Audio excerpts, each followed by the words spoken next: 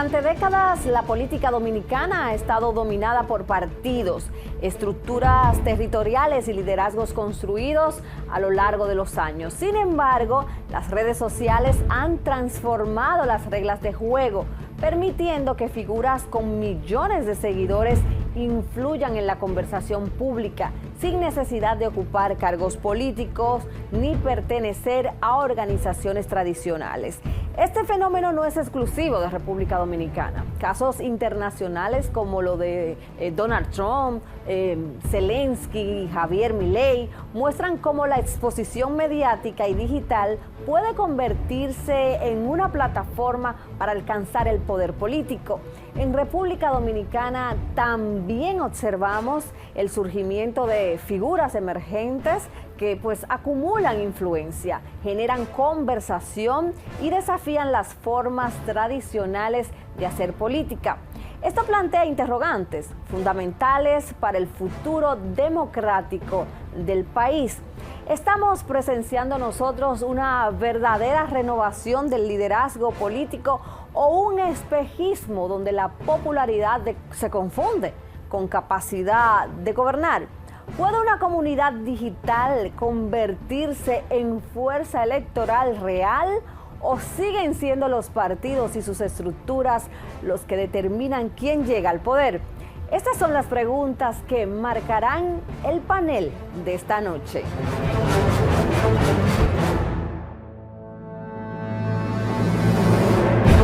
Bueno, y damos la bienvenida a nuestros panelistas. Gracias por aceptar la invitación e iniciamos de inmediato con la primera pregunta.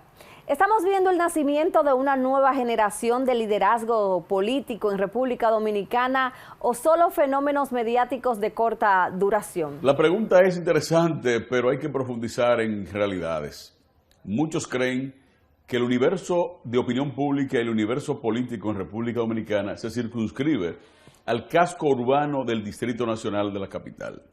Hay realidades en el interior del país, hay realidades a 300 kilómetros hacia el sur, hay realidades a 200 y pico de kilómetros hacia el este, hay realidades hacia Las Galeras en Samaná, en esa parte del nordeste del país, hay realidades hacia el noroeste, donde hay puntos específicos de la nación dominicana, donde nuestra realidad social, política y económica están muy distantes a las diatribas de las redes de internet y realmente uno se entretiene, los que se dedican mucho a ver eso, en estas diatribas y tonterías de fabricando ídolos de barro.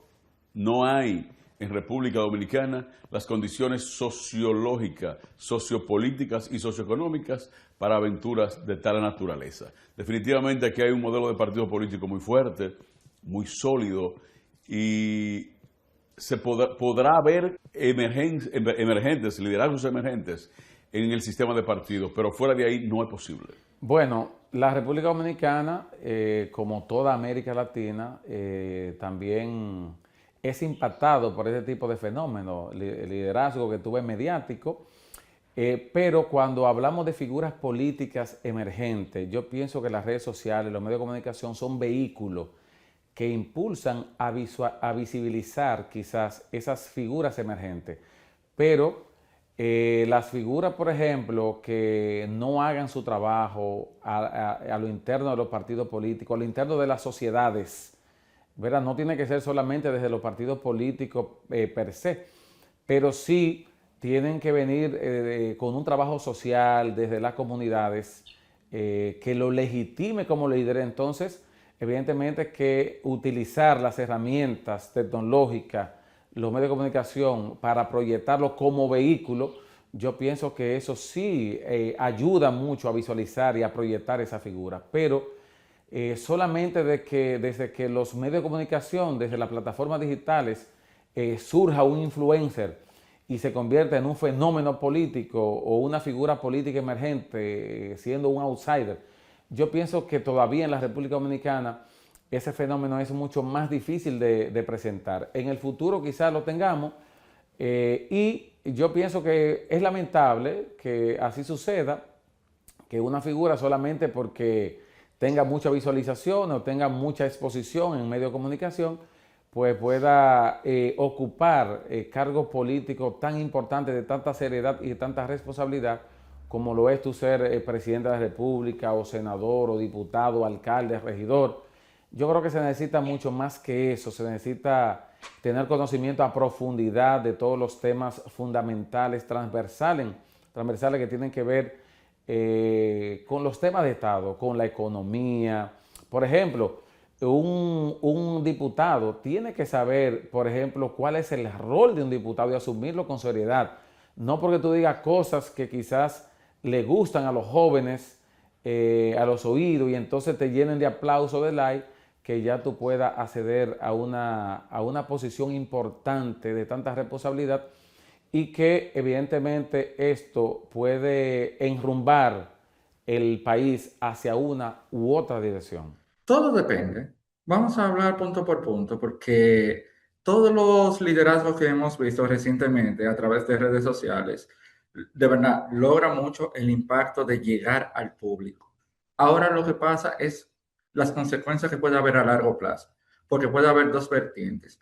Una, de que ese liderazgo o los likes que reciba pueda institucionalizarlo y convertirlo de verdad como en una fuerza de verdad que tenga la posibilidad de ser alguien que decida en el espectro electoral. Pero hay otros casos donde vemos de que mucha gente no transforma lo que yo les digo del like al voto, que es un punto que hay que tomar en cuenta.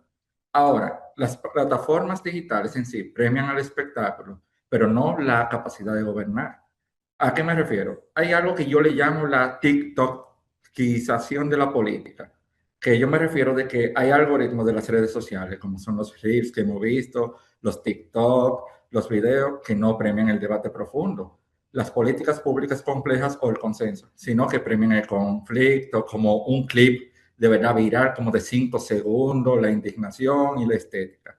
Eso normalmente crea como un cierto tipo de liderazgo que es momentáneo, solamente por una tendencia que esté en el momento. Como también eso puede crear como eso de liderazgo efímeros o polarizantes. Pero también ayuda mucho a hablar de algunas problemáticas de la sociedad que de seguro por el tema de medios tradicionales quizás no conozcamos, pero que logra de verdad como extrapolarse y ser de verdad como algo que entre al debate público. Quisiera saber, en una elección presidencial, ¿qué pesa más hoy? ¿Una estructura partidaria sólida o una comunidad digital capaz de movilizar a millones de personas? Las estructuras partidarias de mayor o menor representación son las que dirigen el voto el día de las elecciones. Las manadas de red o de internet, para ponerle algún nombre, la mayoría de esos jóvenes probablemente no tienen vocación política, no tienen identidad política. Ni siquiera pienso, y no quisiera ser exagerado, que el día de las elecciones la mayoría de esos jóvenes están durmiendo a las 11, 12 del día, y que aquí todavía hay un liderazgo cercano, hay un senador en la provincia de Independencia llamado Dagoberto Rodríguez, para decirte un nombre, que tiene su impronta política en base a la cercanía y al trabajo con las comunidades. Aún está vivo Florentino Carvajal Suero, aquel legendario senador de la provincia de Elías Piña, que su casa era el patio de todos. No es a través de la internet. La República Dominicana no se parece a nada. Aunque hay mucha gente pensando tonterías, no es posible. La República Dominicana tiene unas características de cercanía, de compadrazgos. Todavía hay muchos compadres. La República Dominicana tiene un voto y una militancia política ancestral. Probablemente cuando usted ve los liderazgos emergentes en el Partido de la Liberación Dominicana, son los hijos de, el hijo de, la hija de fulano. En el partido recién creado La Fuerza del Pueblo, lo más evidente y lo más famoso es que es el hijo de y el hijo del otro los que están tratando de emerger. En el Partido Revolucionario Moderno, partido de gobierno, quienes están dirigiendo esa organización política también son los descendientes de dirigentes históricos del viejo PRD y de otros conglomerados políticos. ¿Quiere la República Dominicana un loco? ¿Anda aquí buscando un Mesías? No, no es posible. Aquí hay partidos políticos fuertes, gente con propuestas, gente con posiciones políticas definidas y que representan intereses, y eso no va a variar en la República Dominicana por temas del momento, de fiebre o de moda. ¿Pudiéramos pensar entonces que las redes sociales están democratizando el acceso a la política o están favoreciendo liderazgos que están construidos más sobre la imagen que sobre las propuestas? Bueno, yo pienso que ahí hay una mistura, yo pienso que sí, que de una u otra forma las redes sociales han democratizado no solamente el acceso a la política, el ejercicio de la política, sino también el acceso a la información, al acceso a todo. Pienso que también contribuyen con la transparencia. Las redes sociales han roto lo que es el monopolio que existía antes, ¿verdad?, de los medios tradicionales o de que la verdad solamente le pertenece a un grupo.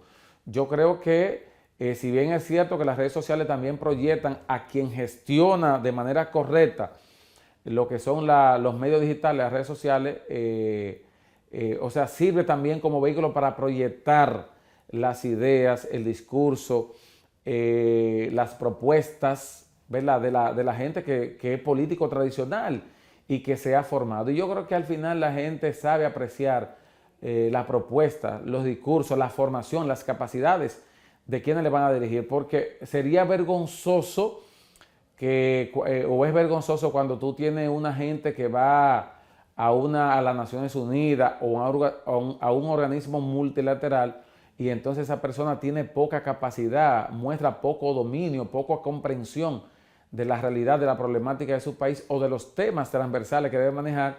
Cuando se expresa, yo pienso que eso llena de vergüenza a la República Dominicana y al individuo como tal, a ese sentimiento. Entonces yo creo que por lo tanto la gente al final, aunque se cuela mucha gente sin formación, pero en el plano presidencial y en el plano de los más altos niveles, yo creo que la gente siempre le gusta por ese político académico, que tiene buena propuesta, que tiene buena formación y que efectivamente tiene buen uso de la palabra. Las veces que se ha equivocado, pues hemos visto cómo la gente se ha manifestado con gran vergüenza que siente públicamente al ver uno de sus representantes cuando no tiene dominio de nada y no tiene capacidad para desempeñar el cargo que está en función en ese momento. Una pregunta que nos hacemos es, ¿qué condiciones debe cumplir una figura popular para demostrar que tiene la capacidad real de gobernar? Y que no es solo comunicar, como muchos piensan. Algo que siempre he dicho en la política, que una persona para tener capacidad de gobernar, primero, saber con quiénes se rodea. Porque incluso hay una frase muy famosa de John F. Kennedy, que él decía, voy a parafrasearla, de que quizás él era brillante, pero él era tan bueno como era la gente que lo rodeaba. Ese es un punto. Segundo, también ayuda mucho el conocimiento que pueda tener de los temas nacionales y cómo puede llegar a transmitirlo a los demás. Porque al final, la comunicación es muy importante y cómo se comunica también. Por lo cual siempre hay que tener una forma de cómo llegar a la gente, toda esa información y cómo es que tú puedes solucionarlo. Porque muchas veces la gente habla de los problemas, pero no conceptualiza o sintetiza cómo pudiera resolver esos problemas en caso de llegar a un puesto de elección pública. Bueno, y en una época donde la visibilidad parece valer más que la trayectoria, ¿cómo puede el ciudadano distinguir entre un líder auténtico y un fenómeno construido por la popularidad? Mira, el neuromarketing y la televisión, la comunicación visual básicamente, pueden crear visos de popularidad en alguien. Pero yo siempre he dicho, el más popular de las matas de Farfán, mi pueblo donde nací y crecí, no era yo, no eran ninguno de los que iban conmigo caminando kilómetros a pie al liceo. El más popular era un personaje llamado Piringo, con algunas deficiencias intelectuales, que se pasaba la vida dando vuelta en el parque central de las matas de Farfán con la mano en los bolsillos. Y yo le pregunté, y lo plasmé en un artículo que publicó una vez, le pregunté que para dónde iba, y me dijo, yo no sé. Tal vez había dado 15 o 20 vueltas en el parque, él andaba con las manos en los bolsillos, pero no sabía para dónde iba. Eso puede pasar. Popularidad no es aceptación. Cualquier desquiciado es popular. Cualquier actriz pornográfica es más popular que la que acaba de ganar el Premio Nobel de la Paz. Cualquier ciudadano, bueno, aquí tenemos un caso de una jovencita que sacrílega, hereje, que ha hecho 1000 diabluras, y es posiblemente más popular que la presidenta del ANGE, de la Asociación de Jóvenes Empresarios, y puede ser más popular que la rectora de alguna de las universidades, que tenemos mujeres rectoras de universidades prestigiosas en el país, y no son populares. Ahora, tienen peso y tienen respeto. Esas que no son populares tienen aceptación popular, que no es lo mismo. Una cosa es que usted sea un loco famoso, porque ¿qué ocurre? La fama habita en los extremos. O tú eres muy inteligente o eres muy torpe. O eres muy buen jugador de fútbol o eres un pésimo jugador de fútbol. O eres un maravilloso cantante, extraordinario cantante, o eres un muy, muy mal cantante. Entonces, tu fama habita en los extremos. La fama de algunos habita en los extremos. En el lupanar, en el lodazal, en la cloaca. Yo pienso sí, que aquí hay una juventud que hay que rescatar, que hay que reorientar. A mí me da pena el comportamiento de jóvenes, 18, 20 años, de entre 14 y 20 años, que hay miles, que hay que rescatarlo. Rescatarlo con liderazgo serio, con un liderazgo responsable, con un liderazgo consciente, con gente con un liderazgo que pueda inspirar. Todos queremos ese liderazgo, pero no es cualquier cosa. Esa es la realidad. Y la popularidad, reitero, no te hace candidato, no te hace potable. Porque esa popularidad que habita en los extremos, cuando el que piensa un poquito dice y analiza, esa popularidad se va al carajo. Esa es la verdad de la historia en el mundo. Popular han sido, Prosperó, por ejemplo, en Estados Unidos, millonario y poderoso, intentó ser presidente varias veces y era más popular que la gente con la que compitió. Irene Sáez, hermosa mujer venezolana, reina de belleza del mundo, era más popular que Hugo Chávez. Tan popular que cuando se medía la popularidad entre ella y Hugo Chávez, ella tenía 72 y Chávez llegaba a un 7. Cuando empezó el juego de verdad, que fue los procesos electorales, quien se juramentó como presidente de la República no fue la hermosa mujer llamada Irene Sáez, popular y que era alcalde de un municipio, el de más importante municipio turístico de Venezuela, de Margarita. En el anonimato, nadie sabe qué fue de la vida de ella y era la más popular. Los más populares suelen pasar a la historia, eso, más popular en un momento y unos días después nadie se recuerda su existencia ni su paso por la vida. Así que no hay que temer. Y de cara a las elecciones de 2028, ¿podría surgir en República Dominicana un candidato competitivo desde fuera de los partidos tradicionales o el sistema político sigue dependiendo de las organizaciones partidarias? Bueno, yo pienso que sí. Yo pienso que hay un fenómeno que todo el mundo lo conoce. Es un youtuber el más reconocido de la República Dominicana, ¿verdad? Y yo pienso también de gran parte de América Latina.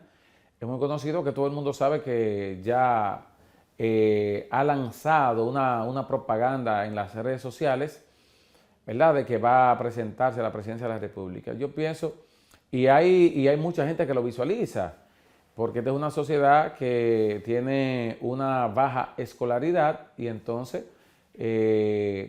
cualquier cosa que rima, que digan esas figuras, pues al oído de mucha gente que no tiene esa formación, pues le parece bien.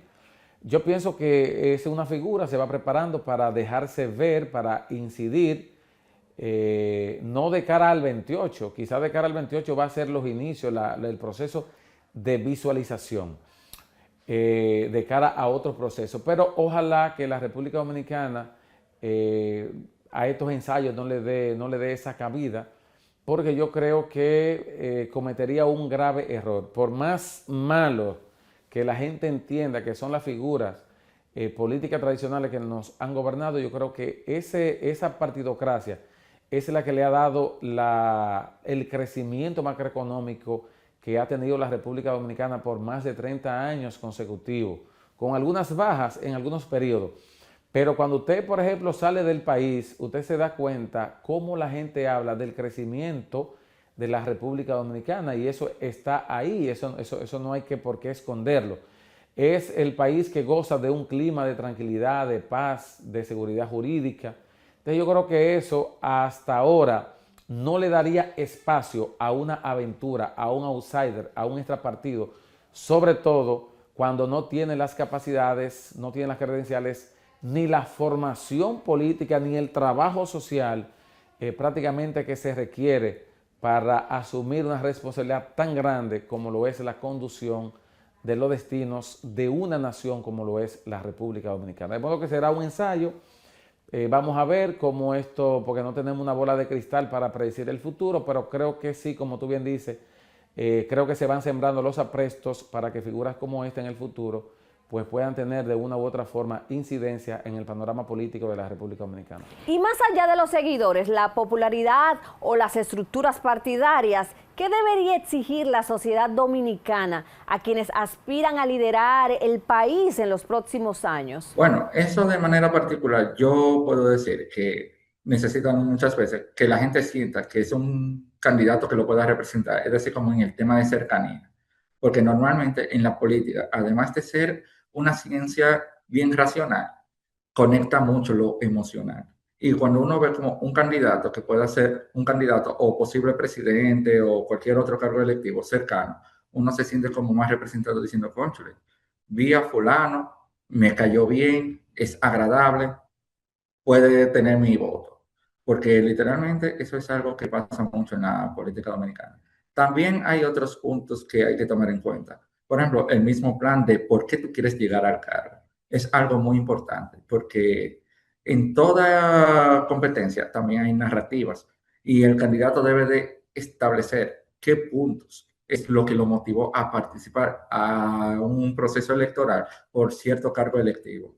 Porque hay que decirlo, hay personas que aspiran solamente por querer decir aspiré a algo o llegué a tal cargo, pero no presentan lo que es la misión y visión de lo que quieren a la hora de llegar a esa posición, que eso es lo que más los ciudadanos deberían de exigirle a los candidatos a presidente, cargos congresuales, municipales, de que sí, tú quieres ser alcalde, ahora dime, ¿qué es lo que tú quieres hacer? ¿Qué tipo de legado tú quieres dejar cuando ya termine tu periodo constitucional? Bueno, gracias a nuestros panelistas por este enriquecedor análisis. La popularidad, señores, puede abrir puertas, pero el verdadero desafío sigue siendo convertir la influencia en liderazgo y capacidad para gobernar. A ustedes gracias por acompañarnos. Los invitamos a seguir reflexionando sobre el futuro del liderazgo político en la República Dominicana. Hasta una próxima entrega de Toda la Verdad aquí en BTV Canal 32 y en Luna TV Canal 25 los lunes. Nos vemos en una próxima.